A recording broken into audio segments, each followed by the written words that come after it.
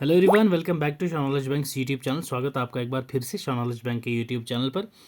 ये है हमारा third practice set of economics, जिसमें हम लोग आज डिस्कस करेंगे in detail economic reforms in India. ठीक है, इकोनॉमिक रिफॉर्म्स चीज़ क्या है, रिफॉर्म्स क्या होता है, उसके बाद एलपीजी क्या टर्म्स थी, एमआरटीपी एक्ट कौन सा है, एंड उसके बाद जनरेशंस ऑफ इकोनॉमिक रिफॉर्म्स क्या थी। ठीक है, तो एलपीजी क्या था, किसने लाया था, वगैरह वगैरह सारी चीज़ें हम लोग विस्तार में डिटेल में समझेंगे आज इस लेक्चर में। ठीक है, इकोनॉमिक रिफॉर्म्स इन इंडिया का पूरा टॉपिक आपका यहाँ पे आज मैं क्लियर करवा दूंगा, कोई डाउट नहीं रहेगा आपको, इतनी मैं आपको गारंटी देता हूँ। उसके बाद हम लोग एमसीक्यूज अटेम्प्ट करेंगे अच्छे से। क्लियर भाई लोग? चलो फिर स्टार्ट करते हैं बिना टाइम वेस्ट किए। लेट्स क्रैक फा टुगेदर। ओके, पीपीटी आपको टेलीग्राम चैनल पे मिल जाएगी। टेलीग्राम चैनल का लिंक आपको पता है डिस्क्रिप्शन बॉक्स में मिल जाएगा। जो अभी प्रीवियस लेक्चर हमारा स्टैट्स का हुआ था उसकी पीपीटी भी अभी इस लेक्चर के बाद में साथ में ही डाल दूंगा। तो ये वेरियस हमारे सोशल मीडिया हैंडल्स हैं, यहाँ पे आप चेकआउट कर सकते हैं। ये मेल है हमारी, यहाँ पे आप कोई भी क्वेश्चन या कोई भी डाउट हो यहाँ आप हमें मेल करके पूछ सकते हैं। क्लियर भाई? तो चलो जी, जो आपका जनरल इकोनॉमिक्स है 10 नंबर का आपका है, ये जो आपके एग्ज़ाम में आएगा। मेन चीज़ इकोनॉमिक रिफॉर्म्स। ठीक है, ज़्यादा ये रीडिंग नहीं करेंगे हम लोग, सीधा सीधा जाएंगे कि भाई रिफॉर्म्स होती क्या है। रिफॉर्म्स आपको सीधा सीधा पता होना चाहिए, बदलाव। ठीक है, बदलाव क्या था। 1991 से पहले हमारी जो देश की हालत थी वो काफ़ी ज़्यादा खस्ता थी। ठीक है, मतलब बहुत बुरी हालत में था हमारा देश उस टाइम पे। नरसिम्हा राव गवर्नमेंट कब, 1991 में नरसिम्हा राव जी प्लस हमारे जो मनमोहन सिंह, ठीक है, मनमोहन सिंह, ओके, इन दो बंदों का आपको शुक्रिया अदा करना है आज का जो इंडिया हम लोग देख पा रहे हैं। ठीक है, इन दोनों ने स्टार्ट किए थे क्या, इकोनॉमिक रिफॉर्म्स, मतलब कि हमारे देश को बदलने का, अंदर से बाहर से दोनों तरह से हमारे इंडिया की जो इकोनॉमी है उसको रीबिल्ड करना। दोबारा से हम लोगों ने क्या करना है भाई, इसको हमारे इकोनॉमी जो है उसको बूस्ट करना था कि भाई अब जो हमारे बुरे हालत हैं उसको बदल के हम लोगों ने अच्छे हाल करने हैं। ये थी हमारी इकोनॉमिक रिफॉर्म्स। अब मेन चीज़ इकोनॉमिक रिफॉर्म्स की नीड क्यों थी, हमें ज़रूरत क्या थी हमें इकोनॉमिक रिफॉर्म्स की। भाई देखो, कोई भी देश हो, कोई देश ऐसा नहीं चाहेगा कि हमारा जो देश है वो अच्छी हालत में ना रहे, बुरी हालत में रहे, खस्ता हालत में रहे। ठीक है, तो जो हमारी देश की कंडीशन थी 1999 से पहले, उस टाइम पे हमारी पुअर परफॉर्मेंस थी पब्लिक सेक्टर में। ठीक है, बैलेंस ऑफ पेमेंट हमारी एडवर्स थी 18 to 19%। क्लियर? ओके, हम लोग जो काफ़ी उधार में थे, फॉरेन एक्सचेंज रिजर्व जो हमारे थे वो काफ़ी डाउन हो गए थे, डिक्रीज़ हो गए थे, हमारे इन्फ्लेशन काफ़ी ज़्यादा आ गया था, और वर्ल्ड बैंक, आईएमएफ, इनके साथ हमारी जो टर्म्स एंड कंडीशंस वगैरह थी वो काफ़ी नाजुक हो गई थी, क्योंकि हम लोगों ने काफ़ी ज़्यादा पैसा ले रखा था। बट हमारे यहाँ पे कंडीशन क्या थी, वो बहुत ज़्यादा बुरी थी, खस्ता हालत थी। तो हम लोगों ने उसको अब क्या करना था, स्टेबलाइज करना था। अब उसके पास हमारे पास क्या आया कि भाई मनमोहन सिंह जी, ठीक है, उन्होंने क्या प्रोसेस लिया कि भाई हम लोग लाएंगे क्या, एलपीजी रिफॉर्म्स। ठीक है, क्या है LPG reforms, one by one हम डिस्कस करेंगे, टेंशन नहीं लेनी है। न्यू इकोनॉमिक पॉलिसी जिसको हम बोलते हैं, हमने उसमें मेजर क्या लेने थे, एक तो स्ट्रक्चरल रिफॉर्म्स लानी थी, दूसरी स्टेबलाइजेशन मेजर्स लाने थे। इसमें क्या था, जो हमारी बैलेंस ऑफ पेमेंट एडवर्स हो रही थी उसको हमने करेक्ट करना था कि भाई ये एडवर्स हो रही है, इसको हम लोगों ने बिल्कुल ट्रैक पे लाना है। नेक्स्ट वन इज इन्फ्लेशन, जो हमारे यहाँ पे इन्फ्लेशन हुई थी उसको हम लोगों ने टैकल करना था। क्लियर? ये था हमारी इकोनॉमी को स्टेबलाइज करना। Next one is structural reform, इसमें हमने क्या करना था, एफिशिएंसी करनी थी, और जो ट्रेड रिस्ट्रिक्शंस थी वो हमने खत्म करनी थी। पहले इंडिया का क्या था कि बाहर के देशों के साथ अब ट्रेड नहीं कर सकते थे, कुछ भी नहीं कर सकते थे। अब ये जो एलपीजी रिफॉर्म्स आई, इसके बाद इंडियन जो थे वो बाहर भी ट्रेड कर रहे थे। अब मेन एक आपको टर्म पता होनी चाहिए, आउटसोर्सिंग। ठीक है, आउटसोर्सिंग ये क्या चीज़ है सर? आउटसोर्सिंग क्या है, जैसे मैं हूँ, मेरे को यहाँ लेक्चर बनाने के लिए पहले क्या चाहिए, पीपीटी चाहिए। अब मान लो मेरे को पीपीटी बनानी नहीं आती, तो मैं किसकी लूँगा हेल्प, कोई एक जो पीपीटी प्रेजेंटेशन अच्छे से बनाता हो तो मैं उसकी हेल्प लूंगा। तो वो हो गया क्या, आउटसोर्सिंग में आउटसोर्सिंग कर रहा हूँ किसी की कोई काम करवाने में। तो वैसे ही हमें जो हमारी कंडीशन थी उस वक्त, हम लोगों ने आउटसोर्सिंग की, मतलब कि आउटसाइड इंडिया किसी दूसरी कंट्री से हम जब अपने काम के लिए मदद लें कि हाँ भाई हमें ये काम नहीं आता, आप लोग ये काम करके दीजिए। ठीक है, तो वो थी हमारी आउटसोर्सिंग। तो चलो भाई अब फर्दर डिस्कस करते हैं क्या चीज़ थी new economic reforms. New economic reforms जो थी वो हमारी कब आई थी भाई, 1991 में, ये मैंने आपको बताया। किसने लाई थी ये? हमारे मनमोहन सिंह जी और नरसिम्हा राव गवर्नमेंट ने, ठीक है। ये जो न्यू इकोनॉमिक पॉलिसी थी, न्यू इकोनॉमिक रिफॉर्म जिसको आप लोग बोलते हैं, इसके मेन 3 पिलर्स थे। कौन कौन से थे? Liberalisation, globalisation, privatisation. लिबरलाइजेशन क्या था? ठीक है, लिबरलाइजेशन मतलब कि लाइसेंस वगैरह जो थे उसको रद्द कर दो, जो भी हैं सारे। पहले क्या था, कुछ भी आपने अगर काम करना था, अगर आपको कंपनी खोलनी है तो आपको क्या, गवर्नमेंट का लाइसेंस करना है, मतलब आप गवर्नमेंट के साथ काम कर रहे हो, मेन चीज़। दूसरा क्या था, प्राइवेटाइजेशन। पहले उससे ज़्यादा कुछ प्राइवेटाइज था ही नहीं, तो हमने यहाँ पे क्या लाया, प्राइवेटाइजेशन लाया। Then globalisation. ग्लोबलाइजेशन मतलब दूसरी कंट्रीज़ के साथ हम लोग अपना काम शेयर करेंगे, वर्क शेयर करेंगे। इससे क्या होगा, हमारे पास फॉरेन इन्वेस्टमेंट आएगी। क्लियर? ठीक है, तो चलो वन बाय वन इनको डिस्कस करते हैं भाई, ये क्या क्या चीज़ें हैं। पहली चीज़ लिबरलाइजेशन। लिबरलाइजेशन क्या है? ये सिग्निफिकेंट रिफॉर्म है जो हमारे 2 ग्रुप्स में आता है। एक स्टेबलाइजेशन मेजर जो हम लोगों ने ऊपर देखा था, दूसरा स्ट्रक्चरल रिफॉर्म पॉलिसीज। इसमें क्या था, जो लाइसेंस राज था वो एक बॉटलनेक था इकोनॉमिक ग्रोथ ऑफ इंडिया का, उसको हम लोगों ने यहाँ पे खत्म कर दिया था। क्लियर? लिबरलाइजेशन मतलब कि लाइसेंस वाला काम खत्म हो गया, अब जो भी है अपना काम कर सकते हो, ताकि हमारी जो इकोनॉमी है उसको बूस्ट मिल सके। ठीक है भाई। Next one is privatisation. मैं जल्दी जल्दी इसलिए कर रहा हूँ क्योंकि ये जो टर्म्स हैं सबने कहीं ना कहीं पढ़ रखी हैं। ये कुछ इतना एलपीजी जो रिफॉर्म्स हैं कुछ इतना मुश्किल नहीं है जो मैं आपको डीप एनालिसिस करवाऊँ। ठीक है। Next one is privatisation means private players को चांस दिया कि भाई आप लोग यहाँ पे आके काम करो। गवर्नमेंट की जो मोनोपोली थी उसको हमने खत्म किया। ठीक है भाई, जो बैंक्स थे पब्लिक सेक्टर्स के थे, अब नहीं भाई, जो प्राइवेट सेक्टर के भी आएंगे। ठीक है, तो गवर्नमेंट की जो मोनोपोली थी वो वहां पे हम लोगों ने खत्म की और प्राइवेट वालों को भी मौका दिया कि हाँ भाई आप भी मार्केट में आओ, आप भी मार्केट में छा जाओ, ताकि हमारी इकोनॉमी जो है उसमें बूस्ट मिले। ठीक है। नेक्स्ट वन इज हमारे पास आती हैं क्या, कंपनीज। कौन सी? महारत्न, नवरत्न, मिनी रत्न। ये कौन सी कंपनीज होती हैं? ये वो कंपनीज होती हैं जिसमें गवर्नमेंट ऑफ इंडिया का 51% शेयर होता है। क्लियर? 51% शेयर होता है। अब जो महारत्न कंपनीज होती हैं वो हमारे इंडिया में कितनी हैं? 11। कौन कौन सी हैं आपको कुछ भी याद नहीं करना, आपके एग्जाम पॉइंट ऑफ व्यू से इंपॉर्टेंट नहीं है, ये आपने याद रखना है। महारत्न 11 कंपनीज हैं, नवरत्न 13 कंपनी है, मिनी रत्न 73 कंपनीज है। दैट्स इट, बस, और कुछ भी आपको याद करने की ज़रूरत नहीं है। ठीक है, चलिए नेक्स्ट आ जाते हैं ग्लोबलाइजेशन पे भाई। अब ग्लोबलाइजेशन क्या चीज़ है? ग्लोबलाइजेशन मतलब 1991 से पहले हमारे यहाँ पे कोई भी ऐसा प्लेयर नहीं था, फॉरेन प्लेयर नहीं थे जो यहाँ पे इंडियन इकोनॉमी में आके डील करें या फिर इंडियन इकोनॉमी में आके काम करें। ठीक है, जैसे एमएनसीज आ गई, एमएनसी वगैरह कोई भी नहीं होती थी। ठीक है, ग्लोबलाइजेशन को है, इसको जनरली क्या टर्म कहते हैं? Increase in economic integration among Nations. Clear? याद रखना है आपने, इंक्रीज इन इकोनॉमिक, क्लियर, या लिख लो ये line, increase in economic integration among Nations. ठीक है, ये क्या था? इसके अकॉर्डिंग ग्लोबलाइजेशन क्या, हमने पॉलिसीज बनाई। क्या बनाई? पॉलिसीज बनाई कि भाई लोग, हाँ हम अब जो फॉरेन कंट्रीज हैं उनके साथ भी काम करेंगे। पॉलिसीज हमने नेटवर्क्स बनाए। क्लियर? क्या किए? नेटवर्क्स बनाए। किस लिए? कि भाई साहब जो बाकी के जो इकोनॉमिक एक्टिविटीज़ बाहर के देशों में हो रही हैं वो हम भी करें, क्रॉस बॉर्डर इन्वेस्टमेंट है हम भी करें, उसके भी बेनिफिट हम ले सके जो क्रॉस बॉर्डर इन्वेस्टमेंट है। ठीक है, तो ये था हमारा क्या भाई साहब, ग्लोबलाइजेशन। समझ आई यहाँ तक? कोई डाउट हो तो आप पूछ सकते हो। क्लियर? WTO, ठीक है, WTO वर्ल्ड ट्रेड ऑर्गेनाइजेशन जो है वो एलपीजी रिफॉर्म्स का एक मेन मुद्दा था, इंपॉर्टेंट था। हम उसमें मेंबरशिप हमने कब ली थी ये अभी याद रखना है आपको, WTO। ठीक है, WTO की वर्ल्ड ट्रेड ऑर्गेनाइजेशन की हमने मेंबरशिप ली थी 1995 में। India became member. ठीक है, इंडिया कब मेंबर बना था? 1995 में। क्लियर? ये एग्रीमेंट था जो trade in goods as well as services को काम करता है। ठीक है, agreement in trade of goods and services. Clear भाई? तो ये हमने साइन कब किया था? 1995। क्लियर? चलो जी, ये थी हमारी कुछ इकोनॉमिक पॉलिसीज, उसकी रिफॉर्म्स, एलपीजी क्या चीज़ है। उसके बाद आ जाती है एक इम्पॉर्टेंट पार्ट जो आपको पता होना चाहिए, दैट इज MRTP कंपनीज। क्या? MRTP act.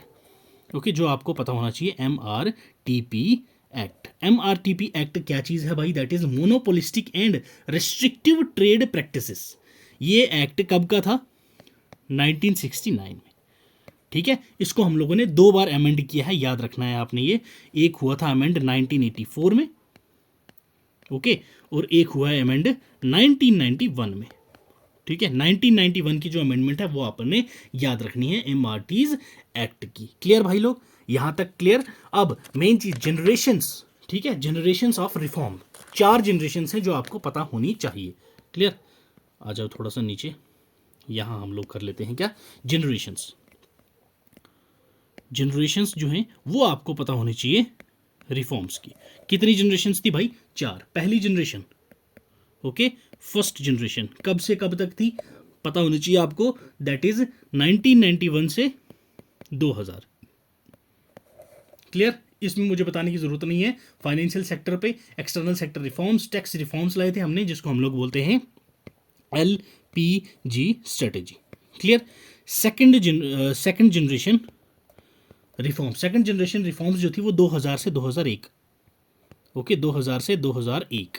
ठीक है, इस वाले में हमने क्या मेजर कंपोनेंट से फैक्टर मार्केट रिफॉर्म्स, ठीक है, मार्केट रिफॉर्म्स लाए हमने इसमें।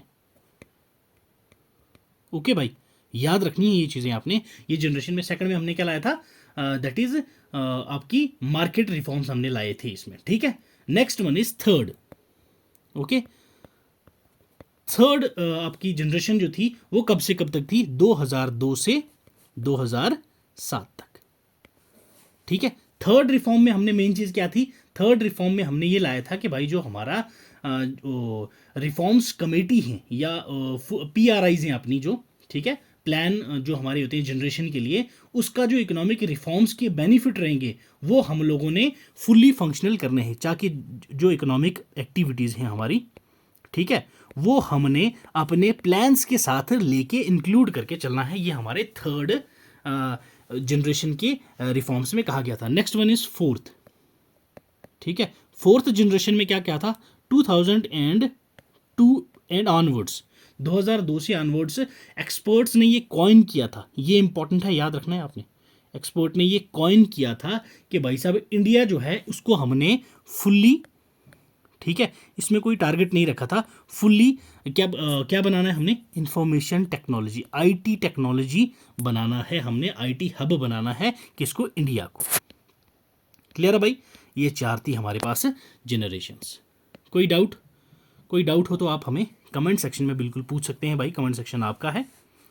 ओके, तो ये था हमारा भाई आज का लेक्चर ऑन रिफॉर्म्स। ठीक है, ये कुछ इंपॉर्टेंट पॉइंट्स है जो आपको याद रखना है। ठीक है, इंडिया क्लोज्ड इकोनॉमी होती थी 1991 तक, उसके बाद ये हमने 1991 के बाद जब हमने रिफॉर्म्स लाई तो ये LPG रिफॉर्म्स के बाद ओपन इकोनॉमी हो गई। क्लोज्ड इकोनॉमी का मतलब क्या होता है, मतलब कि ये ट्रेड एक्टिविटीज अदर कंट्रीज के साथ नहीं करती थी 1991 से पहले। नेक्स्ट वन, 1991 से पहले जो बैलेंस ऑफ पेमेंट क्राइसिस था, इंडिया को मजबूर कर दिया उसने कि हम लोगों ने न्यू इकोनॉमिक रिफॉर्म्स लाने पड़े। किसके रिकमेंडेशन पे, IMF, Indian monetary international monetary fund, ठीक है, इसके कहने पे। लिबरलाइजेशन जो है उसने रिजल्ट क्या किया, इनफ्लो ऑफ फॉरेन इन्वेस्टमेंट हमारी कंट्री में। ठीक है, बाहर के लोग आके काम करेंगे, लिबरलाइजेशन, लाइसेंस रद्द हो गए, बाहर वाले आके फैक्ट्री सेटअप कर रहे हैं तो होगा ही, इनफ्लो आएगा फॉरेन इन्वेस्टमेंट का। प्राइवेटाइजेशन जो थी उसने क्या खत्म कर दिया भाई, गवर्नमेंट की मोनोपोली खत्म कर दी। अब यहाँ पे प्राइवेट कंपटीशन भी शुरू हो गया, प्राइवेट वाले भी आके काम करना शुरू कर गए। ग्लोबलाइजेशन ने क्या रिजल्ट किया, expansion of global supply chain. ठीक है, ग्लोबल वाले जो बाहर से आ रहे थे वो आके अब हमारे इंडिया में काम कर रहे थे। LPG रिफॉर्म्स ने क्या इंप्रूव किया, financial status of India. Clear, service sector ने भी काफ़ी ज़्यादा ग्रो किया आफ्टर LPG रिफॉर्म। ठीक है भाई, यहां तक कोई डाउट? चलो जी, अब आ जाओ फिर MCQs पे। पहला MCQ ये रहा आपकी स्क्रीन पर। The economic reforms were intended to take the Indian economy into 3 specific directions which are. New economic policy जो आई, हमने रिफॉर्म्स लाए थे, उसमें हम लोगों ने 3 ऐसे कौन से स्पेसिफिक डायरेक्शंस चुने थे जिसकी तरफ हमने, जिस राह पे हमने चलना था भाई, वो कौन से 3 थे, ये आपसे पूछा गया है। यस, DLP, DPG, LDG या LPG।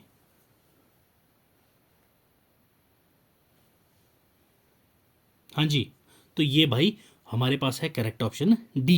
तो हमने इंडियन इकोनॉमी को कहाँ लेके जाना था, liberalization, privatization, globalization, that is LPG 1991। Okay, Narasimha Rao and Manmohan Singh, ये दो नाम आपने इम्पोर्टेंट हैं, याद रखना है। ठीक है भाई। अब एलपीजी के बाद ही हम लोगों ने रिस्ट्रिक्शंस जो लगाई थी उनको रिमूव किया था। ओके, ताकि जो फॉरेनर्स हैं वो आके यहाँ पे इन्वेस्ट कर सकें, जो प्राइवेट सेक्टर है वो भी आके काम कर सके। तो ये आपको याद रखना है। ठीक है, क्वेश्चन फर्स्ट का ऑप्शन डी हो जाएगा आपके पास करेक्ट आंसर भाई। चलिए नेक्स्ट क्वेश्चन देखिए, which act was removed under NEP, NEP के अंडर कौन सा एक्ट रिमूव हो गया था? मैंने आपको बताई थी इसकी अमेंडमेंट 2 बार हुई थी। क्या, कब कब? 1984 एंड 1991। इसी एक्ट को हमने रिमूव करके न्यू इकोनॉमिक रिफॉर्म्स लाई थी, न्यू इकोनॉमिक पॉलिसी लाई थी। यस, ये monopolistic and restrictive trade practices act था हमारा। ठीक है, जो 1969 में लाया गया था। ठीक है, मोनोपोलिस्टिक, ठीक है, एंड रिस्ट्रिक्टिव ट्रेड पॉलिसी जो 1969 का एक्ट था, इसको हम लोगों ने क्या कर दिया था भाई? रिमूव कर दिया। तो ऑप्शन हो जाएगा हमारे पास डी यहाँ पे बिल्कुल करेक्ट। क्लियर भाई?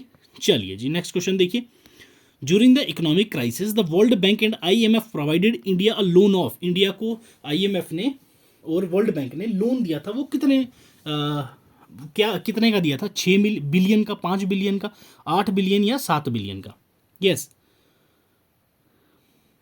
देखो जब हमारे यहाँ पे इकोनॉमिक क्राइसिस था ना, तो उस टाइम पे कोई भी ऑर्गेनाइजेशन या फिर कोई भी कंट्री हमें लोन देने के लिए भी तैयार नहीं था। ठीक है, कुछ भी मनी लेंड करने के लिए कोई भी तैयार नहीं था। उस टाइम पे इंडिया कहाँ पहुंची थी? IBRD इसके पास पहुंची थी। IBRD क्या है? International bank for reconstruction and development. Clear? International bank for reconstruction and development, जिसको आप लोग वर्ल्ड बैंक के नाम से जानते हो। क्लियर? इंडिया पहुंचा किसके पास? वर्ल्ड बैंक के पास। उसको बोला कि भाई लाग हमारे पास क्या है, हमें थोड़ी सी मदद की ज़रूरत है, अभी हम लोग काफ़ी खस्ता हालत में हैं।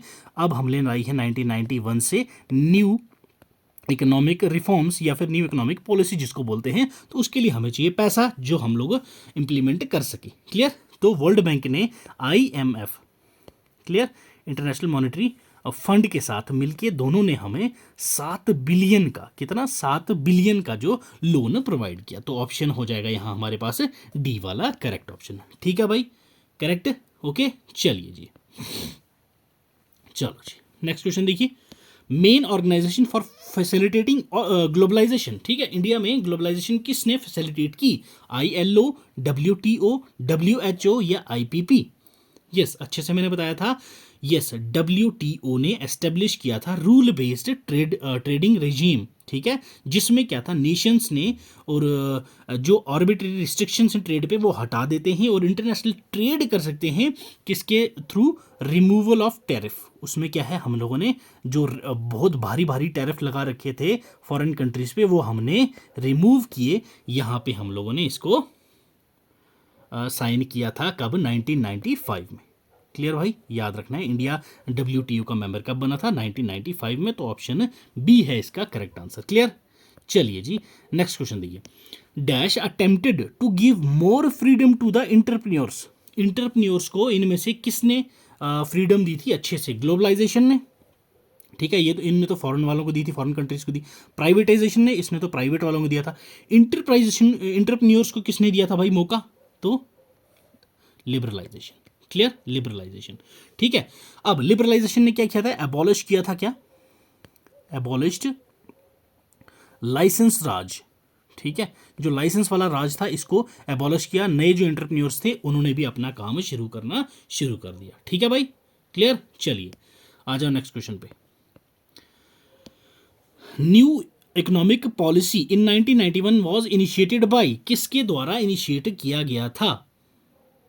Yes, home minister, foreign minister, prime minister या फाइनेंस मिनिस्टर? यस, उस टाइम के यूनियन फाइनेंस मिनिस्टर जो थे, ठीक है, किस टाइम के? 1991 के, उन्होंने ये लॉन्च किया था, इनिशिएट किया था। तो वो कौन थे? डॉक्टर मनमोहन सिंह। नाम आपने याद रखना है, फाइनेंस मिनिस्टर। ऑप्शन डी है यहाँ हमारा करेक्ट आंसर भाई। क्लियर? चलो जी नेक्स्ट क्वेश्चन पे आ जाओ।